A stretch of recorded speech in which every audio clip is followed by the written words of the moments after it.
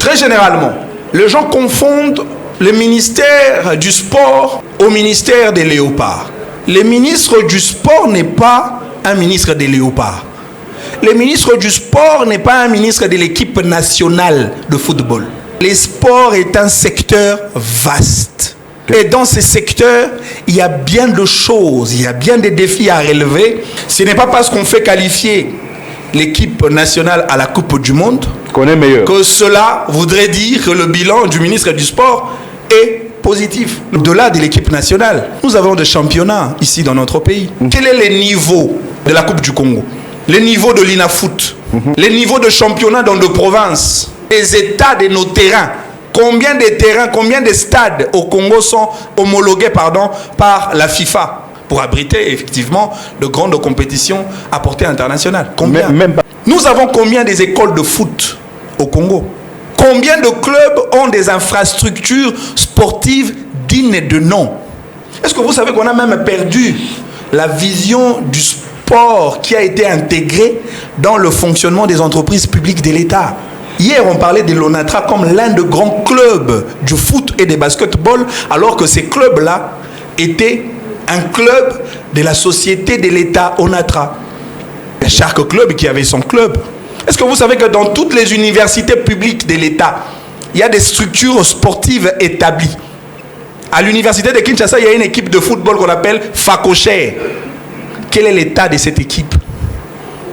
Ça n'existe pas. Est-ce que vous savez que la société Silou avait un grand club de football qui participait à de grandes compétitions nationales et qui a même produit des grands joueurs au sein de l'équipe nationale? Donc aujourd'hui, au-delà de la fête, nous devons aussi consacrer un moment de réfléchir. Le premier match à la Coupe du Monde, ça sera avec Portugal.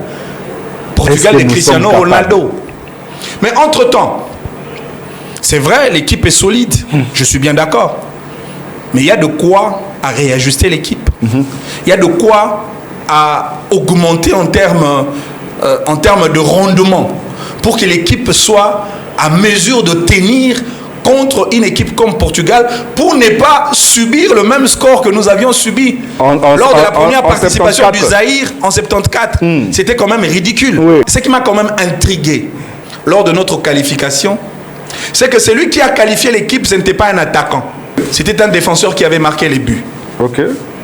Or, lorsqu'un défenseur marque le but, il y a de quoi réfléchir sur la qualité de rendement des attaquants. Oui. Parce qu'il est des principes, ce sont les attaquants qui marquent le but.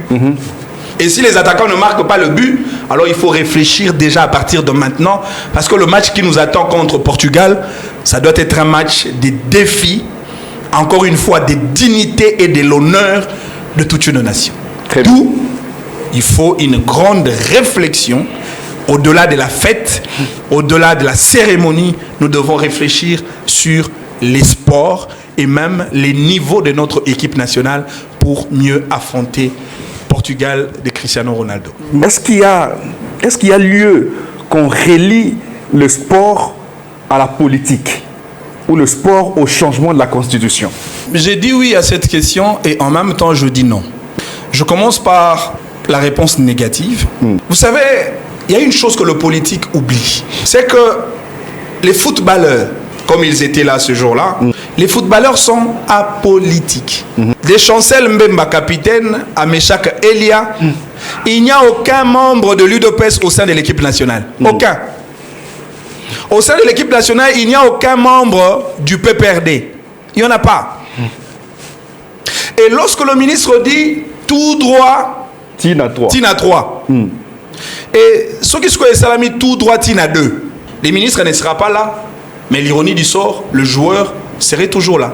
Parce que le joueur, peu importe le président qui viendra remplacer le président Tshisekedi, il est là. Bango Bazana Bango, oui. Pour en tant que représentant un drapeau national. Ils n'ont que faire du nom, du visage du président qui est en exercice. Non.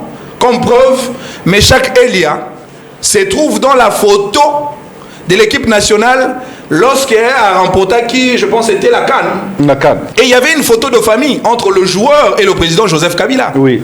Mais Meshak Elia était de la partie. Oui. Chancel Mbemba était de la partie. Et aujourd'hui, on ne parle plus de Joseph Kabila comme président de la République. Mais ce sont les deux qui sont là, qui du président Félix Antoine Tshisekedi Tshilombo. Comme pour dire, si demain Constant Moutomba devient président après le président Tshisekedi, il y aura toujours Meshak Elia dans l'équipe nationale.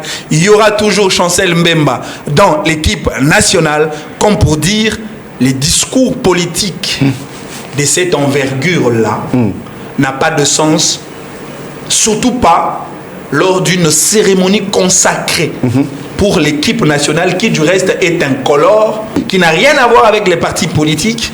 Je pense qu'il y a de quoi à dissocier entre les deux. Mais en même temps, je reviens maintenant dans l'affirmative. Oui.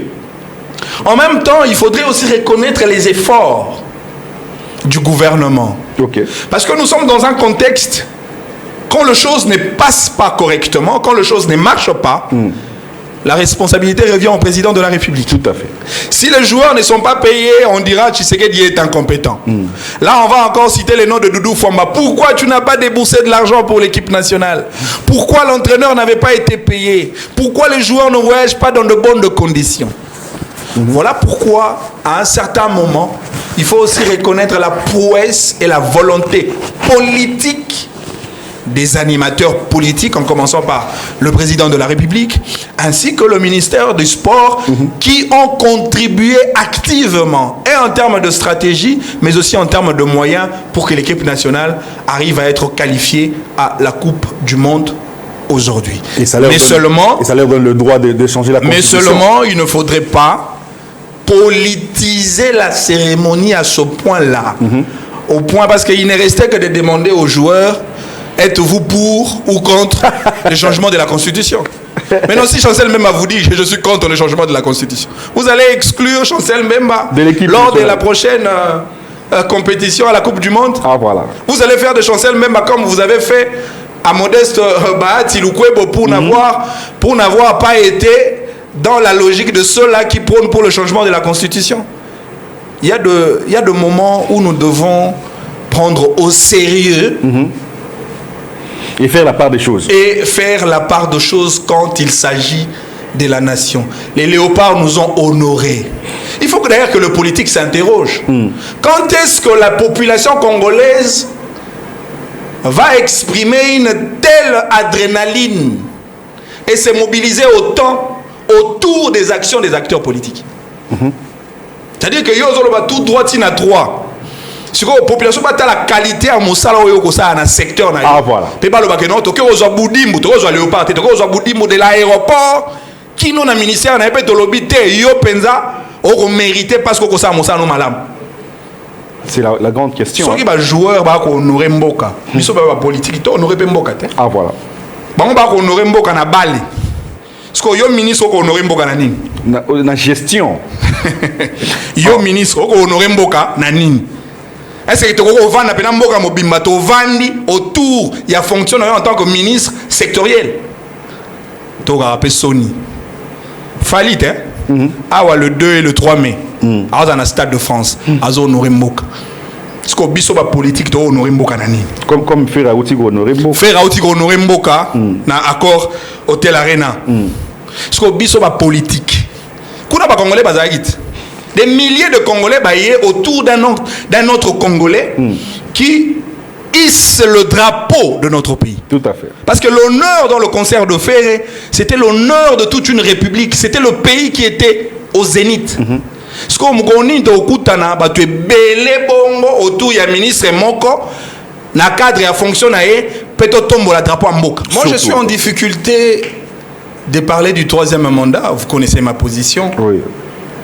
Parce que beaucoup de gens confondent les choses. Tantôt on parle du changement de la Constitution, tantôt on parle du troisième mandat. Or, si on change la Constitution, c'est pas le troisième mandat. Ce n'est pas le troisième mandat. Ça sera le premier mandat du président de la République dans la 4e République, avec une nouvelle Constitution comme base constitutionnelle.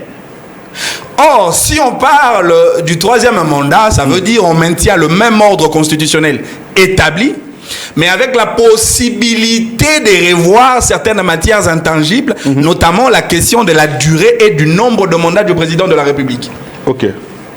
Ça veut dire si le peuple décide que M. Tshisekedi ait un autre mandat au travers de la constitution d'aujourd'hui, c'est au peuple de décider.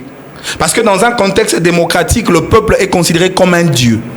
Et le peuple, dans sa divinité, il est le seul qui détient la clé pour déverrouiller ce qui a été verrouillé. Mais moi, en tant qu'acteur politique qui analyse, je pense que parler du troisième mandat est un peu dérangeant.